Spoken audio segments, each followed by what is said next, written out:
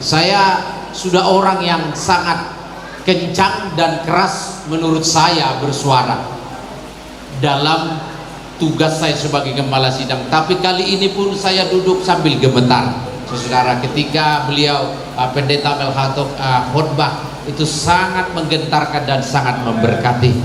Itulah kerinduan kami terhadap gereja Tuhan, khususnya gereja Salom. Jangan berhenti sampai di sini. Yang Tuhan buka hati jangan sombong, sebab kita tidak lebih baik dari orang lain. Itu adalah providensia Allah, itu adalah kedaulatan Allah. Dia mau pilih kita. Amin. Dasar ini kalau pendeta-pendeta pegang, kita tidak akan sombong rohani, kita juga tidak akan cepat stres. Kalau kita khotbah ternyata orang tidak bertobat, urusan amat. Tugas saya akan beritakan Injil. Saya seperti ayam yang berkokok itu, tapi yang melihat mereka adalah mata Sang Kudus, Yesus Kristus Tuhan.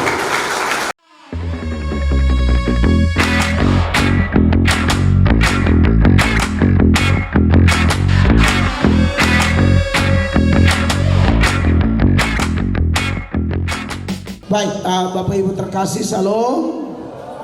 Puji Tuhan, satu anugerah yang sangat besar. Saya ada di tengah Bapak Ibu jemaat sekalian untuk menyampaikan firman Allah.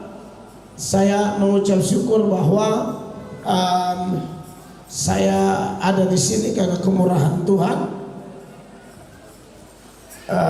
Suara saya ini memang agak bermasalah, Bapak Gembala, karena tiap hari saya berkhotbah, jadi nanti soundman bisa atur setelan yang terbaik ya. Karena tiap hari berkhotbah, khusus di bulan ini adalah khusus khotbah Natal, adalah khotbah Natal saya yang ke-9. Saya mulai dari Palu, lalu saya lanjut khotbah di Kabupaten Katingan dan beberapa kecamatan di Kalimantan Tengah juga. Lalu pulang ke Kupang, khotbah Minggu Advent 3 kali ibadah raya. Lalu khotbah di ibadah Oikumene Katolik Protestan di Kejaksaan Tinggi NTT. Lalu datang ke sini dan tadi malam khotbah di GSJA Adonai Syama di Palangkaraya, dan malam ini di sini, dan besok lanjut terus sampai jadwal-jadwal yang ada. Jadi saya minta terima kasih buat sound system yang sangat baik, bisa menolong kita mendengar firman Tuhan pada malam ini. Bapak Ibu jemaat yang diberkati oleh Tuhan Yesus, luar biasa perjalanan hari ini untuk sampai di sini. Kurang lebih 8 jam dari Palangkaraya jalan darat sampai Bapak Gembala, Bapak Rejo mengatakan bahwa puji Tuhan Bapak mau datang ke sini. Tidak semua orang mau datang ke sini karena hitung-hitungan, mungkin hitung untung berapa, rugi berapa, capek dan lain sebagainya. Tapi saya mau datang karena saya tahu ada Tuhan di balik ini. Ini jadwal bukan manusia yang urus. Ini atas kehendak Tuhan, maka jadwal ini ada. Ada permintaan khotbah lain di Jayapura, di Timika dan lain-lain, tapi karena ini sudah jauh-jauh hari diatur, maka saya tidak bisa terima mereka. Saya memutuskan dan istri untuk masuk ke pedalaman Kalimantan untuk menyampaikan khotbah yang mayoritas di gereja sidang jemaat Allah, yang adalah sinode saya juga. Karena saya adalah gembala sidang dari gereja sidang jemaat Allah, Jemaat Amazing Grace, Kota Kupang, Nusa Tenggara Timur. Bapak Ibu jemaat, untuk tidak membuang waktu, mari kita lihat pembacaan firman Allah dalam Injil Lukas pasal 2 ayat 13 dan 14. Injil Lukas pasal 2 ayat 13 dan 14.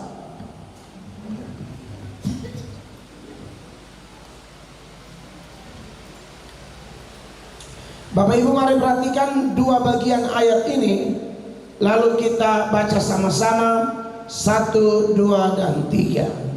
Dan tiba-tiba tampaklah bersama-sama dengan malaikat itu sejumlah besar bala tentara sorga yang memuji Allah, katanya, kemuliaan bagi Allah di tempat yang maha tinggi, dan damai sejahtera di bumi di antara manusia yang berkenan kepadanya. Bapak Ibu, dari nyanyian malaikat pada Natal pertama inilah PGI mengangkat tema nasional pada tahun ini, dan tema ini juga yang dipakai oleh GSCA Shalom di tempat ini, yaitu kemuliaan bagi Allah dan damai sejahtera di bumi. Namun yang akan saya soroti lebih banyak dalam khotbah saya ini adalah subtema yang disampaikan oleh atau disiapkan oleh GSCA Shalom, yaitu gereja hadir sebagai perwujudan damai sejahtera Allah di bumi. Bapak Ibu jemaat yang diberkati oleh Tuhan Yesus Kristus, kehadiran Yesus adalah untuk mendamaikan Allah dan manusia. Kenapa perlu ada perdamaian antara Allah dan manusia? Karena ada dosa. Alkitab berkata, semua manusia telah berbuat dosa dan telah kehilangan kemuliaan Allah. Pada waktu kemuliaan Allah hilang, pada saat yang sama juga damai sejahtera Allah hilang dari antara manusia. Tapi puji Tuhan, Bapak Ibu terkasih, bahwa ketika Yesus lahir, nyanyian para malaikat begitu dahsyat, damai sejahtera di antara manusia yang berkenan kepadanya. Kalau kita bicara tentang gereja adalah perwujudan damai sejahtera Allah di bumi, saudara-saudara, maka ini menarik untuk kita soroti, menarik untuk kita renungkan lagi pada saat ini, apalagi dalam konteks bangsa Indonesia yang akan masuk dalam tahun politik. Saya yakin setan tidak diam. Setan punya kerja adalah adu domba, divide et impera. Setan itu di depan Allah dia menjelek-jelekan manusia, di depan manusia dia menjelek-jelekan Allah. Bahkan saya yakin kalau di depan manusia dia bisa menjelekkan Allah, maka dia juga sangat mampu mengadu domba manusia yang satu dengan manusia yang lain. Apakah mic-nya aman? Takutnya jangan-jangan mati-mati di tengah jalan.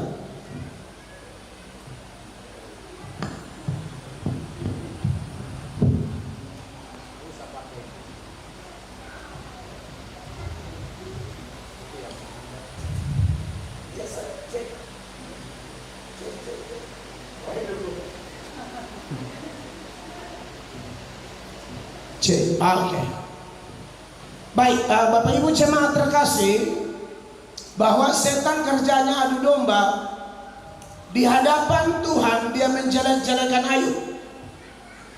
Dia berkata, Ayub itu saleh, takut akan engkau, karena engkau memberkati dia. Coba Tuhan angkat itu semua pagar Allah, berkat-berkat, pasti dia kutuk. Setan kerjanya begitu. Di hadapan Adam dan Hawa, khususnya Hawa, dia menjelek-jelekan Tuhan. Tuhan pasti berkata, kamu makan buah ini nanti kamu mati. Itu omong kosong. Tuhan itu tidak mau kau makan buah itu, karena dia tidak mau kau jadi sama seperti dia. Itu cara kerja setan. Setan punya agenda khusus untuk mengacau balaukan dunia. Setan punya agenda khusus mengacau balaukan bangsa Indonesia. Dan saya percaya setan punya agenda khusus untuk mengacau balaukan gereja. Saya yakin itu. Kalau kita belajar kitab suci, data-data pendukungnya sangat kuat. Nah, saudara-saudara yang diberkati oleh Tuhan Yesus, tetapi Tuhan juga punya agenda. Agenda Tuhan adalah agenda damai sejahtera. Kalau setan adalah peacemaker, kalau setan adalah troublemaker, pembuat kekacauan, orang yang mengusahakan atau pribadi yang mengusahakan ada kekacauan di mana-mana, maka Tuhan mau gerejanya adalah peacemaker, orang yang mengusahakan damai. Maka bukan barang kebetulan subtema dari GSIA Shalom bahwa gereja hadir sebagai perwujudan damai sejahtera Allah di bumi. Alkitab berkata dalam Roma pasal 12 ayatnya yang ke-18, di sana secara eksplisit firman Allah bilang, kita semua orang Kristen sedapat mungkin kita harus hidup damai dengan semua orang. Dengarkan ayat ini. Sedapat-dapatnya kalau hal itu bergantung padamu, hiduplah dalam perdamaian dengan semua orang. Hiduplah dalam perdamaian dengan semua orang. Di bagian lain dalam Galatia 6 ayat 10 Alkitab berkata, kita harus berbuat baik kepada semua orang, tidak pandang agama manapun, tapi terutama kawan-kawan seiman. Ya, Galatia 6 ayat 10. Karena itu selama masih ada kesempatan bagi kita, Amen, marilah kita berbuat baik kepada semua orang, tetapi terutama kepada kawan-kawan kita seiman. berbuat baik kepada semua orang, mau kawan-kawan Islam, mau Hindu, mau Buddha, mau agama apapun, kita harus berbuat baik, kita harus bawa damai. Tapi yang terutama kawan-kawan seiman. Jadi latih dahulu mulai dari dalam rumah, dalam gereja. Kalau dalam rumah, dalam gereja sudah mampu, Allah akan percayakan perkara yang lebih besar. Amin. Saya khawatir kalau kita katanya bisa damai dengan orang di luar gereja, tapi dalam gereja kita gontok-gontokan, itu munafik. Munafik. Stepnya jelas, dari dalam gereja baru keluar. Saya percaya di Puruk Cao ini tidak demikian. Sebab kadang-kadang gereja dengan gereja pun gontok-gontokan, gereja dengan gereja pun sikut mengikut, cari siapa kalah siapa menang. Gereja yang melihat gereja lain lebih berhasil, lebih bertumbuh, iri hati, dengki, gosip dan lain sebagainya. Menurut saya tanpa disadari setan telah berhasil menipu gereja-gereja jenis demikian. Kok bisa iri hati sama gereja lain? Tidak boleh kita iri hati sama gereja lain. Amin. Kalau kita tegur penyesat, boleh. Kalau kita tegur orang yang membengkokkan firman, boleh. Itu harus. Karena Alkitab berkata, kalau ada manusia bahkan malaikat sekalipun yang coba-coba membawa Injil yang lain, Galatia pasal 6, maksud saya Galatia pasal 1 ayat 8, Alkitab berkata terkutuklah dia. Ini dengan tegas Paulus berkata di dalam Galatia 1 ayat 8.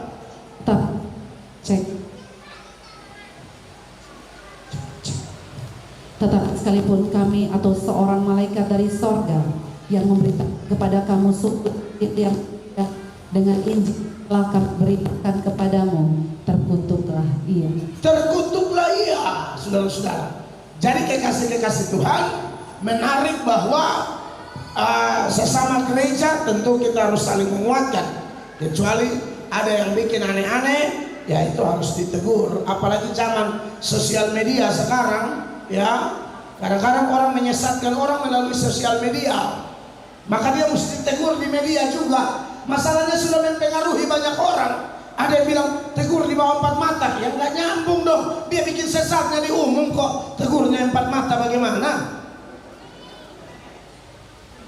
Kecuali dia bikin pribadi, itu 4 mata, ini sudah di umum. Bahkan yang mengaku dokter teologi aja mulai ajar aneh-aneh dan lain sebagainya. Maka dari itu gereja hadir. Nah, sepanjang pembahasan ini saya harap kita mendapatkan pengertian yang kuat seputaran bagaimana gereja menjadi perwujudan damai sejahtera Allah di bumi ini. Hal yang pertama yang saya catat untuk saya seberangkan kepada jemaat sekalian adalah gereja bisa menjadi pembawa damai karena mendapat perkenanan Allah. Sekali lagi, gereja bisa menjadi mendapat perkenanan Allah. Di ayat yang kita baca, nyanyian malaikat yang berkata kemuliaan bagi Allah di tempat yang maha tinggi. Lalu dilanjutkan, damai sejahtera di bumi kepada manusia yang berkenan kepadanya. Firman Allah berkata, saudara-saudara, Tuhan bilang, aku akan berbelas kasihan kepada siapa aku mau berbelas kasihan. Aku akan bermurah hati kepada siapa aku bermurah hati. Yesus berkata, bukan kamu yang memilih aku, tetapi aku yang memilih kamu. Amin. Jadi tidak ada orang yang bisa memilih dirinya sendiri atau mengangkat-ngangkat dirinya. Semua dipilih oleh Allah. Bagaimana gereja bisa menjadi peacemaker, orang yang mengusahakan damai, mewujudkan damai sejahtera? Itu terjadi kalau kita dipilih. Kalau tidak pilih, tidak bisa. Kristen mengajarkan bahwa ada orang-orang, Bapak Ibu, itu yang sudah dipilih sebelum dunia jadikan. Dalam Efesus 1 mulai ayat 4, ayat itu mengingatkan bahwa ada orang-orang yang sudah ditetapkan, sudah dipilih sebelum dunia dijadikan. Perhatikan. Sebab di dalam Dia Allah telah memilih kita sebelum dunia dijadikan, supaya kita kudus dan tak bercacat di hadapannya. Siapa mereka yang dipilih sebelum dunia dijadikan? Nah, itu nanti seiring berjalan waktu, ketika mereka menerima Yesus sebagai Tuhan dan Juru Selamat melalui pemberitaan Injil, melalui berbagai peristiwa, sebenarnya orang-orang ini sedang dipilih oleh Tuhan untuk menjadi alat pembawa damai bagi sekelilingnya. Saudara, saya tidak percaya kalau pendeta bisa mempertobatkan orang. Pendeta harus hati-hati dalam beraksi. Pendeta tidak bisa mempertobatkan orang, tidak bisa. Kalau kita khotbah orang bertobat, itu bukan karena kita, tapi Allah berkenan kepada orang itu. Saya pernah bahas tentang ketika Simon Petrus jatuh dalam dosa, dalam penyangkalan. Sebelumnya kita tahu Simon Petrus begitu berapi-api mengatakan, siapapun dari mereka boleh tinggalkan guru, saya tidak. Ujung-ujung Yesus bilang, Petrus, sebelum ayam berkokok 2 kali, engkau telah menyangkal aku 3 kali. Dan terjadilah demikian. Pada waktu Petrus ada di sekitar halaman rumah Kayafas, 3 kali dia menyangkal. Dan pada kali ketiga, pas dia menyangkal, ayam pun berkokoklah. Kokokan ayam itu membuat Petrus teringat. Tapi ketika mata Yesus melihat mata Petrus, disitulah terjadi penyesalan luar biasa. Seorang teolog mengatakan begini, khotbah pendeta itu seperti kokokan ayam. Kokokan ayam itu yang membuat orang bisa bertobat adalah tatapan mata Yesus. Amin. Silakan kita berkokok seperti ayam berkokok, tapi kalau Yesus tidak lihat orang itu, maka orang itu tidak akan pernah bertobat.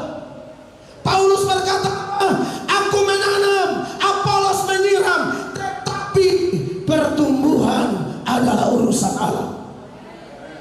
Ribuan orang bertobat dalam KKR saya, tapi saya tidak pernah bilang mereka bertobat karena saya. Tidak ada.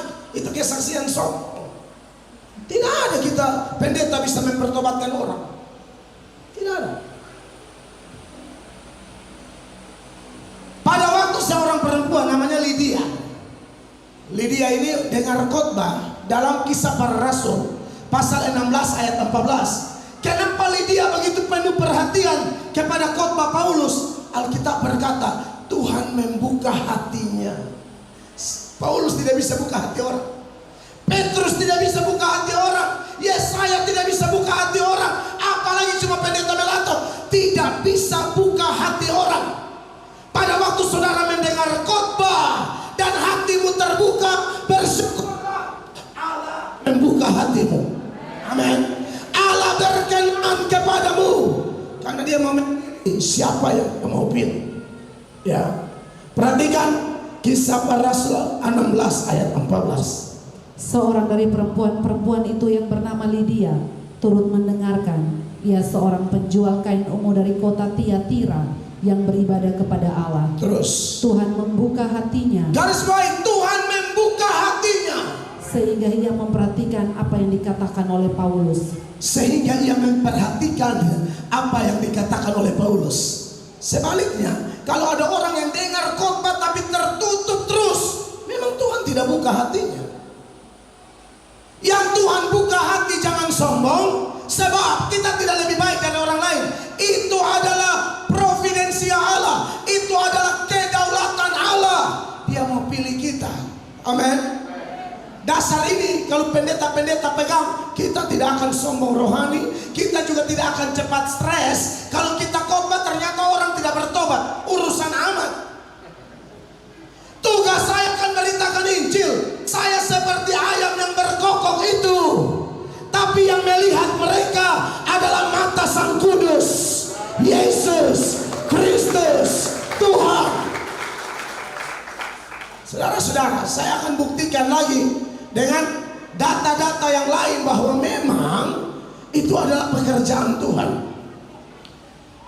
Di dalam Yohanes pasal 6, Bapak Ibu jemaat, di sana banyak orang berbondong-bondong ikut Yesus. Gara-gara kasus apa? Peristiwa apa?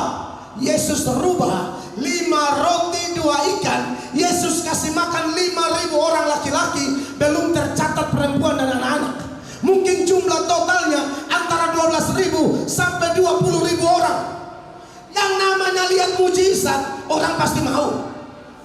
Maka berbondong-bondonglah mereka ikut Yesus. Tapi pada waktu Yesus lihat ini motivasinya dipertanyakan, maka Yesus mulai khotbah. Yesus mengajarkan doktrin-doktrin yang benar. Pada waktu mendengar khotbah itu, mereka tidak tahan. Di dalam Yohanes 6 ayat 60, mereka tidak tahan, saudara-saudara, dan akhirnya mereka mundur. 60. Sesudah mendengar semuanya itu, banyak dari murid-murid Yesus yang berkata, "Perkataan ini keras. Siapakah yang sanggup mendengarkannya?" Setelah dengar khotbah, mereka bilang, wah ini keras, siapa yang sanggup dengar? Kalau lihat mujizat, haleluya. Dengar khotbah, wah keras. Kristen begini, Kristen palsu. Saya tidak akan mengurangi gaya khotbah saya, karena saya yakin Tuhan tetapkan saya untuk khotbah apa adanya, supaya kita mau saring dalam gereja tuh, mana yang munafik, mana yang asli, mana yang palsu, mana yang asli, mana yang cari Tuhan benar-benar, atau hanya cari mujizat, atau hanya cari berkat. Saudara tahu mereka ini akhirnya apa? 66 mundur semua. Mulai dari waktu itu, banyak murid-muridnya mengundurkan diri dan tidak lagi mengikuti dia. Mengundurkan diri, di 66 ayat 66, mengundurkan diri dan tidak lagi mengikuti dia. Kenapa? Motivasinya tidak benar. Kenapa? Mereka memang tidak dipilih Allah. Coba lihat ayat 65. Kenapa mereka mundur di 66? Jawabannya di 65. Salah satu faktor yang paling penting sesuai poin kita ini. Lalu ia berkata, "Sebab itu telah kukatakan kepadamu, tidak ada seorang pun dapat datang kepadaku kalau Bapa tidak mengaruniakannya kepadanya." Amin. Bahkan saya kalau berkhotbah, saya tidak pernah percaya bahwa khotbah saya tidak. Saya pokoknya khotbah aja. Saya buktikan dengan data kitab suci. Karena khotbah itu beritakan firman, bukan omong saya punya nenek moyang dari NTT. Iya toh? Khotbah itu beritakan firman. Nanti baru ketahuan siapa orang yang Tuhan pilih di sini. Kalau Tuhan tidak pilih, saya nggak repot. Asal saya kerja sungguh-sungguh, belajar sungguh-sungguh, doa sungguh-sungguh, khotbah sungguh-sungguh, motivasi pun lurus. Soal bertobat atau tidak, dipilih atau tidak, diubahkan atau tidak, tergantung Tuhan. Doktrin ini tidak mematikan semangat kita untuk berkhotbah. Doktrin yang mengajarkan Allah yang pilih, Allah yang tentukan, tidak mematikan semangat kita, justru tambah semangat. Itu saya mau lihat, kita mau lihat, ini mana nih yang Tuhan pilih. Amin, kekasih Allah. Paulus dan Silas, mereka pergi ke tengah-tengah orang Yahudi. Mereka khotbah, orang Yahudi tolak mereka. Tapi yang non Yahudi terima. Langsung Paulus bilang, ini dia. Ini orang-orang yang dipilih Allah. Tidak semua orang Yahudi itu dipilih Allah. Bahkan generasi Musa Tuhan sapu kasih mati semua di padang gurun. Padahal mereka lihat mujizat. Tidak ada bangsa yang melihat mujizat sehebat mujizat-mujizat yang dilihat oleh generasi Musa itu. 10 tulah mujizat, laut Kulsum terbelah mujizat, tiang awan mujizat, tiang api mujizat, mana dari sorga mujizat, belum lagi mujizat-mujizat peperangan. Tapi apakah mereka bertobat? Tidak. Makanya gereja jangan maniak mujizat, gereja harus maniak firman Allah. Apakah mujizat masih ada? Masih dong. Mujizat masih bisa terjadi. Iyalah, kan suka-suka Tuhan.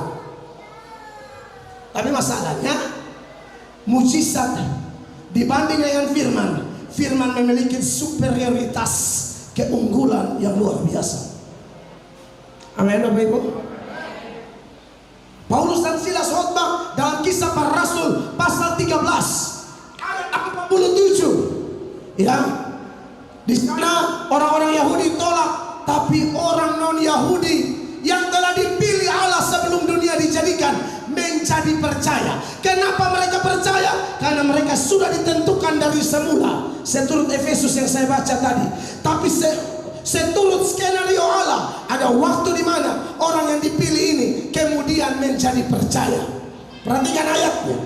Sebab inilah yang diperintahkan kepada kami. Aku telah menentukan engkau menjadi terang bagi bangsa-bangsa yang tidak mengenal Allah, supaya engkau membawa keselamatan sampai ke ujung bumi. Terus apa?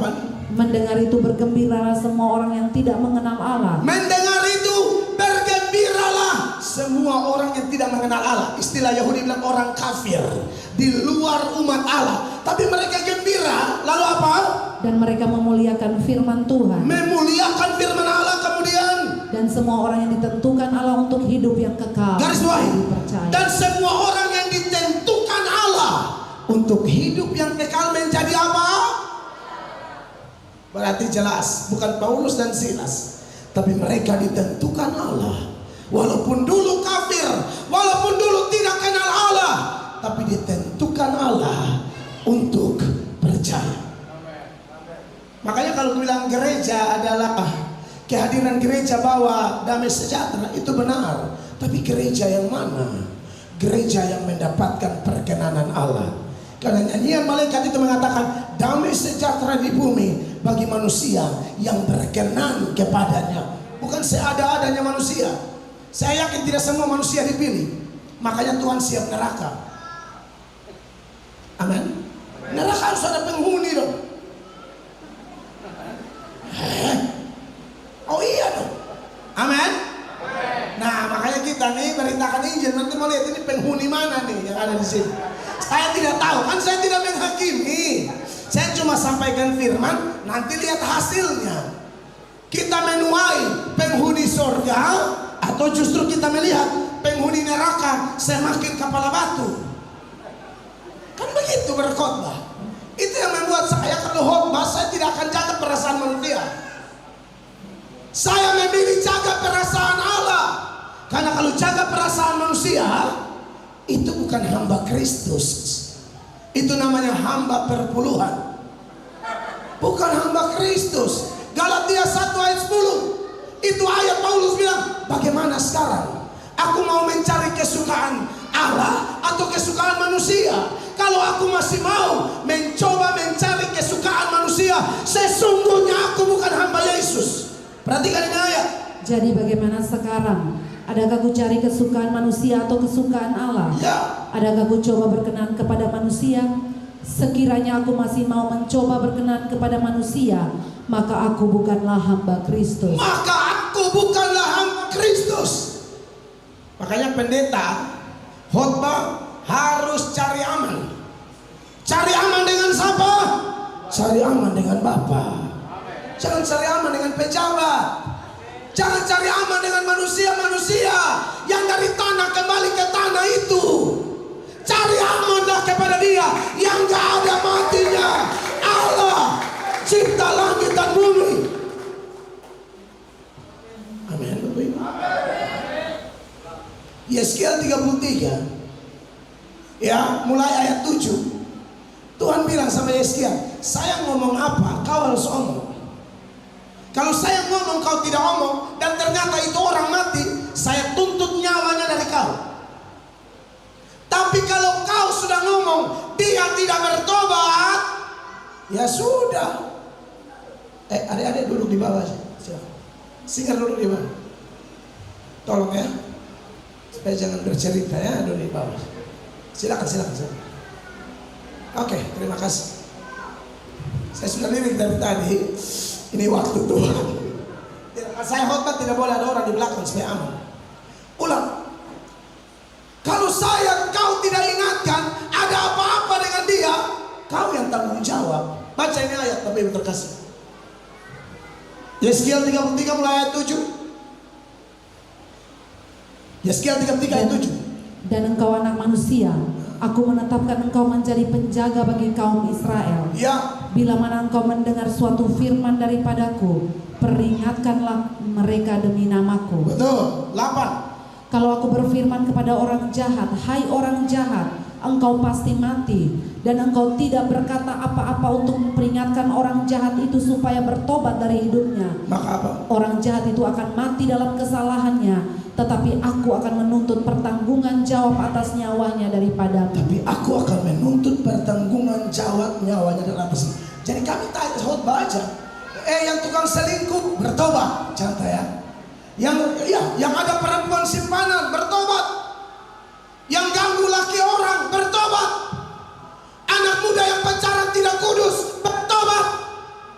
Pengurus gereja yang hitung kolete, curi kolete bertobat. Itu harus diomongin.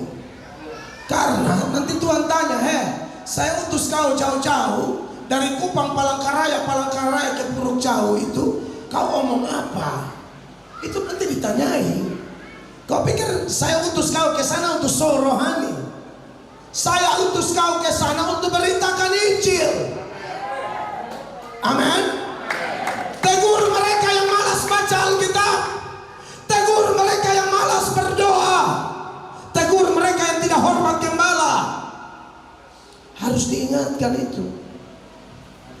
Ini zaman di mana orang lebih suka dongeng daripada firman. Itu sudah dinubuatkan oleh Paulus kepada Timotius. Akan tiba waktunya orang membuka telinga bagi dongeng dan memalingkan dari kebenaran.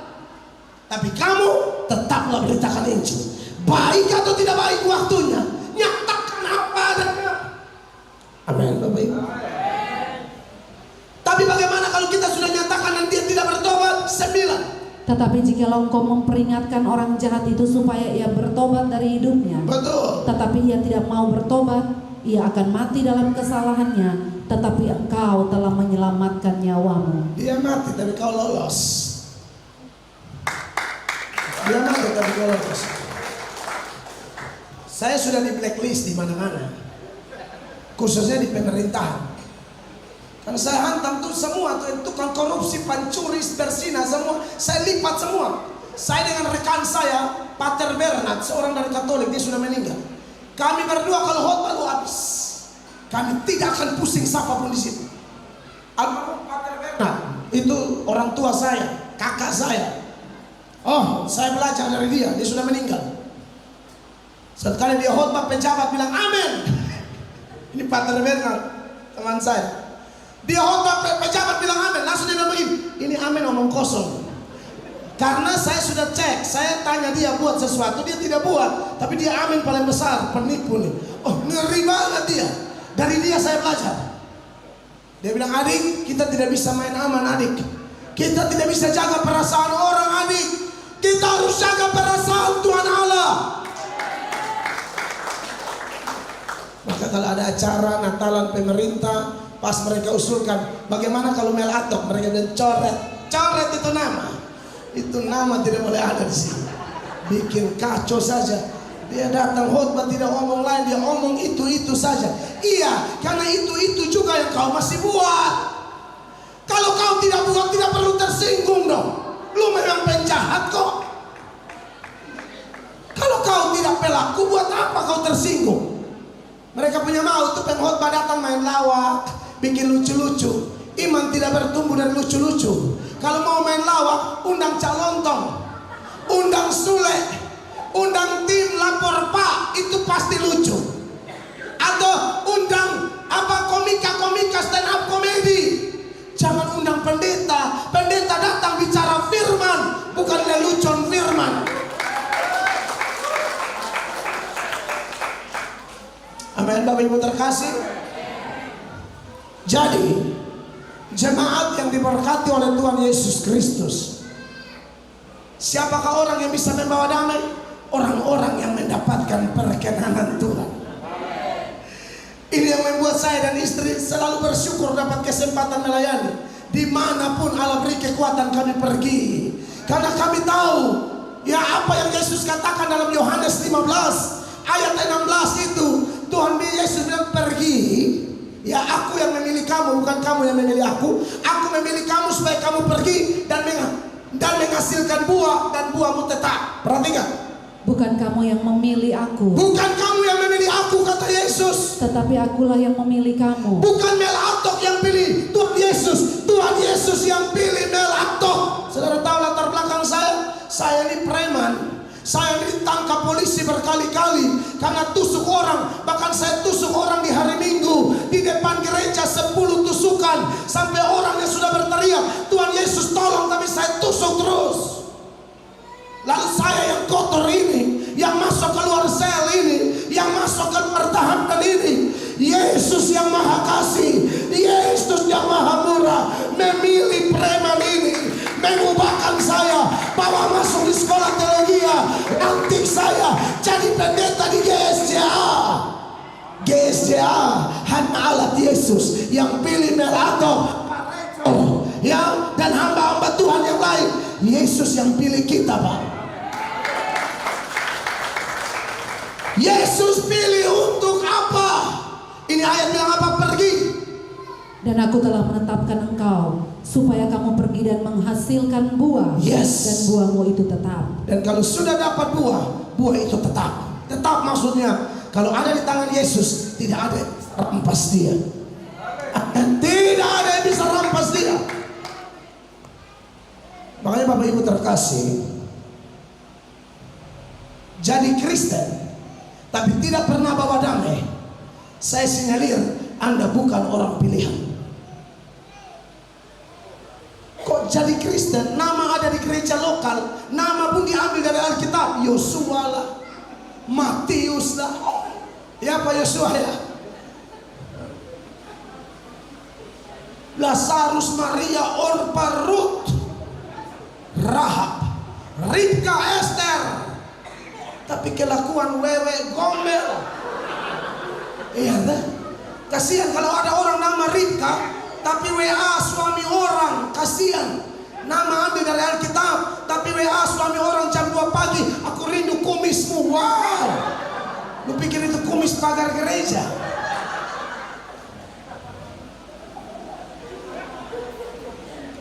Iya toh? Orang nama Daniel, nama Abraham, tapi koruptor, memalukan.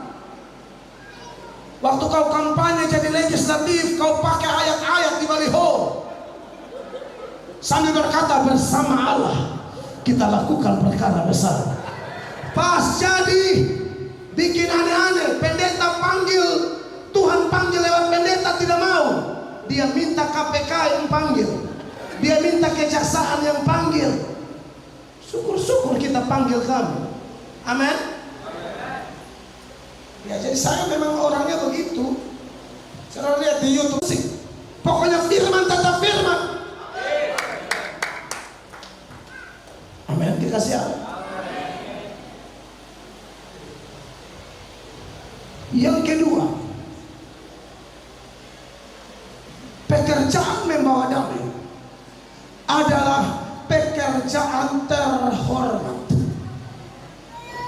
Yang kedua, kalau subtema kita mengatakan gereja hadir sebagai perwujudan damai sejahtera Allah di bumi, maka gereja dengar. Pekerjaan membawa damai itu pekerjaan terhormat. Waktu sang Raja Damai lahir, saudara-saudara, siapakah pengkhotbahnya? Dalam Lukas 2 mulai ayat 8 itu dikatakan demikian sampai ayat 11. Lukas 2 8 sampai 11. Di daerah itu ada gembala-gembala yang tinggal di padang, menjaga kawanan ternak mereka pada waktu malam. Yes, terus Tiba-tiba berdirilah seorang malaikat Tuhan di dekat mereka, dan kemuliaan Tuhan bersinar meliputi mereka, dan mereka sangat ketakutan. terus itu malaikat bilang apa? Lalu kata malaikat itu kepada mereka, "Jangan takut, Ya. sebab sesungguhnya aku memerintahkan kepadamu kesukaan besar untuk Yes. seluruh bangsa. Terus Hari ini telah lahir bagimu juru selamat, yaitu Kristus, Tuhan di kota Daud." sampai di situ cukup. Sebenarnya, saudara lihat peristiwa ini. Ini Natal pertama, hari damai sejahtera dibukakan. Pengkhotbahnya siapa? Malaikat. Amin. Sebenarnya untuk buka gereja, memberitakan Injil, menyebarluaskan Injil, melaksanakan the Great Commission, amanat agung, tidak perlu pendeta, pastor, romo, tidak perlu, cukup pakai malaikat. Setuju? Cukup pakai malaikat. Yesus lahir, pengkhotbahnya malaikat. Yesus bangkit, siapa yang berkhotbah? Dia telah bangkit, malaikat. Jadi kalau kita disuruh bawa damai, agent of peace from God, maka harusnya kita bersyukur. Ini pekerjaan terhormat, karena tanpa kita manusia-manusia kotor ini, Allah bisa pakai malaikat. Tanpa mantan preman ini, Allah bisa pakai malaikat. Makanya setelah malaikat-malaikat itu menyampaikan, Tuhan melalui malaikat beri tugas itu kepada gembala-gembala. Amin. Gembala-gembala dalam konteks orang Yahudi, ini orang-orang rendah.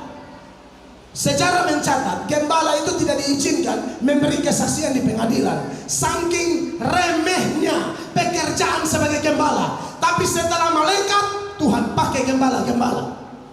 Itu yang Alkitab bilang dalam 1 Korintus 1 ayat 27. Dan seterusnya, apa yang bodoh bagi dunia dipilih Allah untuk memalukan apa yang pintar, dan seterusnya. Perhatikan ayat ini.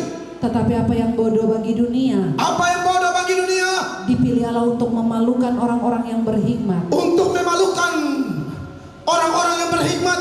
Dan apa yang lemah bagi dunia, Ya, dipilih Allah untuk memalukan apa yang kuat. 28. Dan apa yang tidak terpandang dan yang hina bagi dunia, dipilih Allah. Bahkan apa yang tidak berarti, dipilih Allah untuk meniadakan apa yang berarti. Bukankah ini sebuah penghormatan? Apa kita? Saya belum dengar kesaksian Pak Yosua. Saya belum dengar kesaksian Pak Rejo. Saya belum dengar kesaksian hamba-hamba Tuhan yang lain. Tapi kalau kita bersaksi, kesimpulannya cuma satu. Sungguh anak Allah rela jadi hina, supaya kita yang hina ini diangkat menjadi anak-anak Allah. Dan Matius 5 ayat 9 mengatakan apa? Berbahagialah orang yang membawa damai, karena mereka disebut anak-anak Allah. Tepuk tangan yang meriah. Kita ini diangkat oleh Allah. Makanya saya tuh bagaimana ya? Saya rasa bersyukur sekali.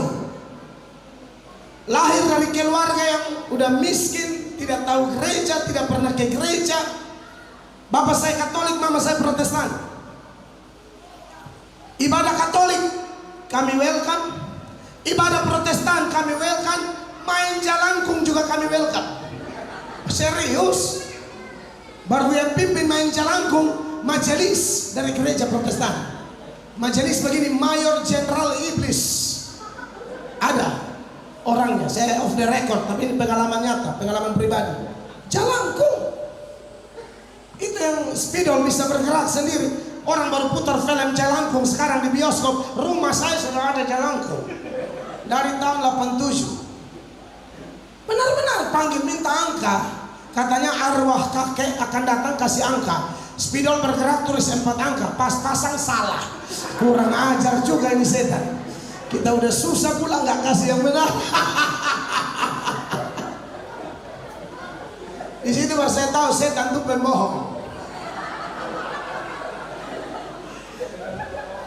Benar, ular satu ekor besar. Nggak tahu dari mana. Itu setan punya pekerjaan.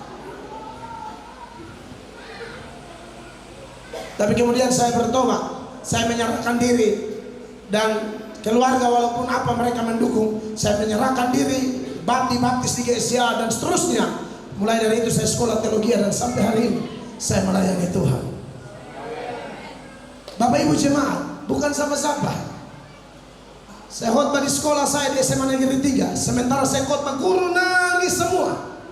Kenapa? Mereka tidak percaya saya bisa jadi pendeta. Anak-anak ke sekolah bawa buku, saya bawa parang. Karena musuh dulu banyak. Saya di Kupang itu, kampung saya namanya Oepura.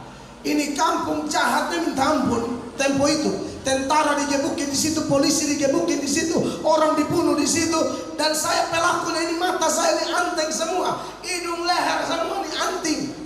Jadi orang tidak percaya Mel atau berubah. Orang tidak percaya bahwa saya sekarang seorang pendeta. Orang tidak percaya. Saya KKR di gang, saya macet total. Mereka pikir pendeta Gilbert yang khotbah, padahal Mel Atok. Masyarakat keluar hanya mau cek apakah si setan ini sudah benar-benar jadi pendeta. Karena cemuk mereka hilang, babi mereka hilang, anjing mereka hilang. Siapa yang kasih hilang binatang-binatang mereka? Saya dan kawan-kawan. Rata. Ini pencuri kelas berat. Serius ini. Serius. Sofa-sofa orang kita angkut dengan up. Kau jangan pikir aman, tidak aman. Makanya sekarang polisi sudah ramai. Makanya saya khotbah di mana-mana. Orang satu Kupang tahu background saya. Itu penjahat itu. Tapi saudara lihat, Allah angkat bawa ke mimbar-mimbar dari satu desa, dari satu kota, dari satu gereja, dari satu negara, dari satu benua, untuk beritakan bahwa di bawah kolong langit ini tidak ada nama lain yang olehnya orang beroleh selamat kecuali Yesus Kristus Tuhan. Saya terlalu bangga jadi pendeta. Setelah saya sudah jadi pendeta, saya mulai viral di sosial media. Maka datanglah orang-orang politik mau melamar saya jadi caleg, ketua partai tertentu. Partainya lagi hits waktu itu. Datang melamar saya. Mereka bilang, tanpa sepengetahuanmu Pak Pendeta, kami telah melakukan survei, dan kami yakin kalau Bapak mau tidak usah bayar apa-apa. Kami cetak baliho, kami akan kantong nama Bapak di situ. Kami yakin tembus. Saya bilang, dengar Pak, saya sampai mati tetap pendeta. Saya tidak tertarik. Sampai mati Melatok tidak akan caleg. Kajang goda-goda saya, Teh Yunus tuh ikan telan, ya. Jangan sampai saya Tuhan balik, ya. Saya telan ikan sampai saya mati sendiri. Saya tolak. Sampai ada survei wakil wali kota lagi, wah kacau. Benar, saya tidak mau. Bagi orang, wah ini peluang, bagi saya tidak. Kau jangan lupa komitmen. Kau jangan lupa dari mana kau diambil. Tuhan ambil saya dari sampah untuk jadi pendeta, bukan jadi caleg. Kalau ada jemaat yang punya talenta dalam dunia politik, saya dukung total. Tapi jangan saya yang main. Ngapain? Kalau saya udah jadi caleg, gak punya power marah-marah pejabat. Oh berani caleg satu marah caleg satu, lu habis lu, mereka bertengkar. Tapi kalau pendeta, gubernur pun duduk di depan, dengar sampai habis. Bagi saya, pekerjaan terhormat itu pendeta. Makanya Alkitab bilang dalam 1 Timotius 5 ayat 17, untuk hormat pemerintah 1 kali, hormat hamba Tuhan 2 kali lipat. Supaya saudara tahu. Baca ini ayat supaya hamba Tuhan jangan minder. Kita ini terhormat, bukan menyombongkan diri. Tuhan yang bilang. Baca. Penatua-penatua yang baik pimpinannya patut dihormati 2 kali lipat. Baca itu. Terutama mereka yang dengan jeripaya berkhotbah dan mengajar. Anda yang kurang ajar sama pendeta, kau umur pendek. Mesti ngomong jelas. Kalaupun kau umur pendek, ekonomimu susah. Kalaupun ekonomimu untung, kau masuk neraka. Nggak mungkin lolos ya. Jangan kurang ajar sama hamba Allah. Hormat dia berapa kali? 2 kali lipat. Terutama siapa? Mereka yang berjeripaya berkhotbah. Makanya kalau khotbah itu harus habis-habisan. Jangan gila hormat kalau khotbah tidak bisa-bisa. Pendeta khotbah malas, belajar malas, minta dihormati, nggak layak. Ada syaratnya. Yang berkhotbah dengan jerih payah.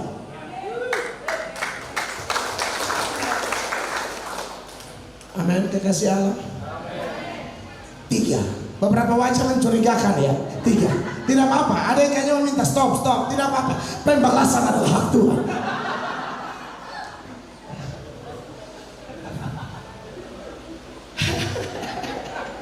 Yang ketiga, gereja membawa damai, pakainya lengkap melalui perbuatan dan pemberitaan Injil. Kalau hanya perbuatan tanpa pemberitaan, bahaya. Ini namanya social gospel. Kita kasih makan orang, bagi sembako, ya, tapi kita tidak kasih tahu itu dari mana, itu berkat. Orang bingung mau puji siapa. Itu namanya menggemukkan orang lalu kasih masuk dia di neraka. Karena dia tidak ada keputusan. Paketnya lengkap, berbuat baik wajib. Kristen tanpa perbuatan baik itu Kristen palsu. Tapi paketnya lengkap, ada perbuatan tapi ada pemberitaan. Amin. Sebab Roma pasal 10 mulai ayat 13. Tolong tunjukkan ayatnya. Roma 10 ayat 13. Jemaat kita baca sama-sama ya, kalau ayatnya di layar. 1, 2, 3. Sebab barang siapa yang berseru kepada nama Tuhan akan apa? Diselamatkan. 14. Tekan. Tendes. 14. 1, 2, 3. Tetapi bagaimana mereka dapat berseru kepadanya jika mereka tidak percaya kepada dia? Bagaimana mereka dapat percaya kepada dia jika mereka tidak mendengar tentang dia? Mana mereka mendengar tentang dia jika apa? Tidak ada yang memberitakannya. Lalu 15 bilang, bagaimana orang bisa memberitakan kalau dia tidak diutus? Jadi perbuatan baik bagus, tapi harus paket lengkap pemberitaan. Sebaliknya, jangan hanya memberitakan tapi tidak ada teladan, tidak baik juga. Ini lengkap loh. Bawa damai itu dua-dua. Bawa damai di tetangga sini semua. Kita harus damai dengan semua orang siapapun. Tapi kita harus tahu kenapa orang selamat dan siapakah penyelamat itu. Hanya ada satu-satunya penyelamat yang berkata, akulah jalan dan kebenaran dan hidup. Tidak ada seorang pun dapat datang kepada Bapa kalau tidak melalui aku. Akulah jalan artinya apa?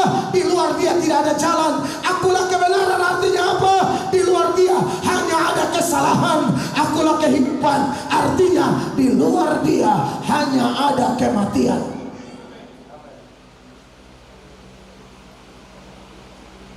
Istri saya dan tim, kami suka bawa bantuan. Ada penginjilan bawa bantuan, tapi langsung doakan orang di situ, langsung sampaikan firman di situ.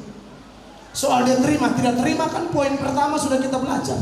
Urusan Allah, urusan kita. Dua sisi ini jangan diabaikan. Amin. Minta hikmat, Tuhan pasti kasih. Yang keempat dan terakhir, karena banyak muka sudah lebih kacau lagi. Tidak apa-apa, pembalasan hak Tuhan. Tenang, tahan sedikit. Ini terakhir, benar terakhir. Ini agak ngeri-ngeri sedap, supaya orang tahu bahwa damai itu tidak gampang. Poin 4, pekerjaan membawa damai tidak bisa dipisahkan dari penderitaan Kristen.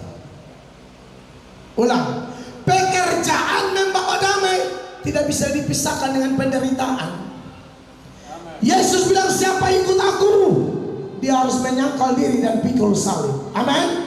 Apa definisinya pikul salib? Pikul salib itu artinya begini, menderita karena taat Kristus, menderita karena cinta Kristus. Jadi kalau ada yang menderita karena melawan Yesus, itu bukan salib. Anda menderita karena pendeta tegur, berhenti rokok Pak, kau tidak berhenti, lalu kena kanker paru-paru, itu bukan salib. Kau memang kepala batu.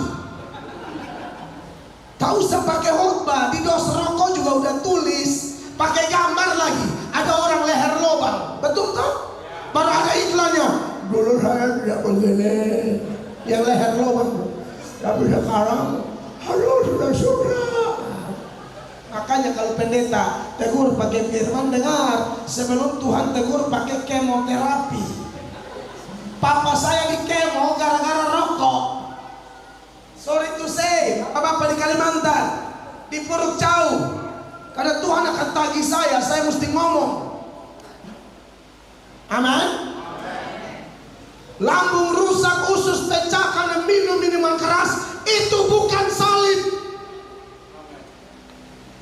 Masuk penjara karena korupsi, bukan salib. Mau lihat buktinya? 1 Petrus 4 ayat 15. Omong harus ada bukti. 1 Petrus 4:15, dengarkan. Janganlah ada di antara kamu yang harus menderita sebagai pembunuh, atau pencuri, atau penjahat, atau pengacau. Tetapi jika ia menderita sebagai orang Kristen, maka janganlah ia malu, melainkan hendaklah ia memuliakan Allah dalam nama Kristus. 1 Petrus 4:15-16 ada 2 jenis penderitaan. Di 15 itu penderitaan yang dilarang. Jangan ada orang Kristen menderita karena jadi penjahat, penipu, pinjam uang tidak ganti.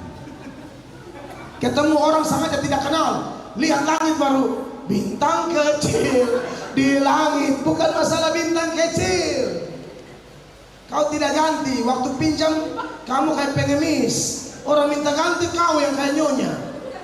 Ganti dong. Amen. Ya kan kalau sudah utang harus ganti kan. Sorry, kadang-kadang itu bikin kacau gereja. Satu dia utang, dia bingung bayar pakai apa? Utang tuh pakai perhitungan. Andai kata secara terpaksa harus utang, pakai perhitungan. Mau ganti pakai apa? Gali lubang, tutup lubang sampai 7-8 lubang baru bingung. Jangan begitulah orang Kristen. Itu bikin kacau persekutuan. Saya ngomong apa adanya. Pokoknya saya ingat dosa apa saya ngomong sekarang supaya saya pulang ke Kupang tenang. Tidak ada pendeta di sini bisik-bisik. Ini begini Pak. Tidak ada. Saya ngomong apa adanya. Amin, kekasih Allah. Amen. Kalau ada ibu-ibu memerintahkan Injil lalu kena tampar, ibu, engkau pikul salib. Tapi kalau ada ibu-ibu kena tampar karena ganggu laki orang, ibu, kau memang harus ditampar. Kau kurang ajar sekali. Apa kau main mata dengan itu pegawai kantor pos? Ibu-ibu begini harus ditampar. Amin. Puji Tuhan.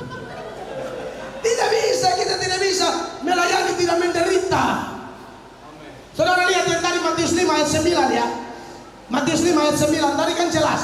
Berbahagialah orang yang membawa damai, karena mereka akan disebut anak-anak Allah. Itu ayat 9. Tapi apakah berhenti di ayat 9? Lanjut ayat 10. Berbahagialah orang yang dianiaya oleh sebab kebenaran. Yes. Karena mereka lah yang punya kerajaan sorga. Lalu bayangkan, 9 bawa damai, kau pikir aman, 10 bilang kau dianiaya. Makanya semua hamba Tuhan yang bawa damai Kristus pasti dianiaya. Injil itu disebut Injil damai sejahtera. Jadi pada waktu kita beritakan Injil, seringkali orang tidak suka kita. Makanya Mazmur 120 ayat 7, Pemazmur bilang begini, aku ini suka perdamaian, tapi kalau aku berbicara mereka menghendaki perang. Perhatikan. Aku ini suka perdamaian. Aku suka. Tetapi apabila aku berbicara, maka mereka menghendaki perang. Itu bayangkan. Saya ini suka damai. Tapi kalau saya sudah mulai khotbah, mereka bilang melatok tuh jahat. Padahal kau yang bodoh. Iya kan saya tegur kau supaya kau jangan masuk neraka. Tapi karena kamu terlalu cinta dosamu, maka kau anggap saya musuh. Kau kena tipu dari setan. Amin. Lebih baik Tuhan tegur pakai khotbah kan, daripada pakai tumor, pakai kanker, pakai selang infus, pakai kemoterapi. Banyak orang kalau di gereja menyembahnya kurang. Orang menyembah dia lihat plafon, padahal di plafon dia sudah lihat ulang-ulang. Dia akan lihat sana, dia kembali lagi, lihat kiri kanan, lihat sepatunya. Orang lagi menyembah, kau lihat sepatu untuk apa? Dia takut kiri lain, kanan lain. Takut yang kanan suami punya. biasanya kalau sudah infus, ini mau menyembah terus. Setiap orang datang, tolong angkat lagu. Dulu kita angkat lagu di gereja, kau nganga. Bagi yang sudah infus baru haleluya, haleluya. Mau haleluya sekarang supaya waktu sakit Anda menyembah, Anda tidak menyembah munafik. Amin. Tadi saya bilang sudah habis ya. Haleluya. Jadi damai sejahtera tidak bisa dipisahkan dengan penderitaan. Tapi jangan takut, sebab damai yang kita punya itu damai yang luar biasa. Menurut Filipi 4 ayat 7, damai Kristus itu disebut dengan istilah ini, damai yang melampaui segala akal. Itu damai Kristus. Sama-sama baca, 1, 2, 3. Damai sejahtera Allah yang melampaui segala akal akan memelihara hati dan pikiranmu dalam Kristus Yesus. Damai Yesus namanya apa? Damai melampaui segala akal. Damai dunia ini namanya damai masuk akal. Ada uang, damai masuk akal. Sehat-sehat saja, damai masuk akal. Ya, kasih naik status yang like 100, damai masuk akal. Tapi saya bagaimana? Saya punya video 52.000 komentar, 25.000-nya maki saya semua. Tapi saya masih eksis tuh. Saya masih survive karena damai Kristus, bukan damai masuk akal, damai lari lewat akal. Sebagai nats penutup, jangan pukul tangan, suruh berhenti ya. Saudara bicara pukul tangan dulu ya, cukup sudah. Bertobat. Tidak banyak Bapak Gembala ya. Tenang, GSA Salom siap makan malam terbaik. Tapi bukan hanya makan jasmaninya, rohaninya terbaik. Orang yang bawa damai tidak bisa dipisahkan dari penderitaan. Tapi jangan takut, damai kita itu melampaui segala akal. Petrus dulu menyangkal Yesus. Tadi dalam Kisah Para Rasul pasal 4, pasal 5, mulai ayat 40, mereka disiksa, disesa, dicambuk, tapi mereka tidak stres. Mereka gembira. Inilah damai yang melampaui segala akal. Perhatikan ini ayat Kisah Para Rasul 5 ayat 40. Silakan Ibu Gembala. Kisah Para Rasul 5 ayat 40. Mereka memanggil rasul-rasul itu, lalu menyesal mereka dan melarang mereka mengajar dalam nama Yesus. Sesudah itu mereka dilepaskan. Gara-gara kabar Injil, gara-gara beritakan Injil damai sejahtera, mereka diancam, dicambuk, disiksa. Sekarang kita cek, mereka disiksa, mereka stres. Mereka berkata, aku tidak akan pelayanan lagi, aku tidak mau di Puruk Jauh lagi, aku pindah saja ke Palangkaraya. Pendeta cari aman. Apa satu? Rasul-rasul itu meninggalkan sidang mahkamah agama dengan gembira. Stres atau gembira? Gembira. Karena mereka telah dianggap layak menderita penghinaan oleh karena nama Yesus. Dan pelayanan lanjut terus, ampa 2, tidak ada kata stop. Dan setiap hari mereka melanjutkan pengajaran mereka di bait Allah dan di rumah-rumah orang dan memberitakan Injil tentang Yesus yang adalah Mesias. Beri tepuk tangan yang meriah bagi Yesus.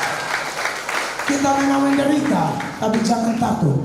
Damai Allah melampaui segala akal menguasai kita. Orang maki kita, kita senyum. Yang maki tambah stres, yang maki sudah kena tumor dan mati duluan, kita masih tetap eksis di mimbar. Beri tepuk tangan yang meriah bagi Tuhan Yesus. Saya selesai, Tuhan dimuliakan. Haleluya.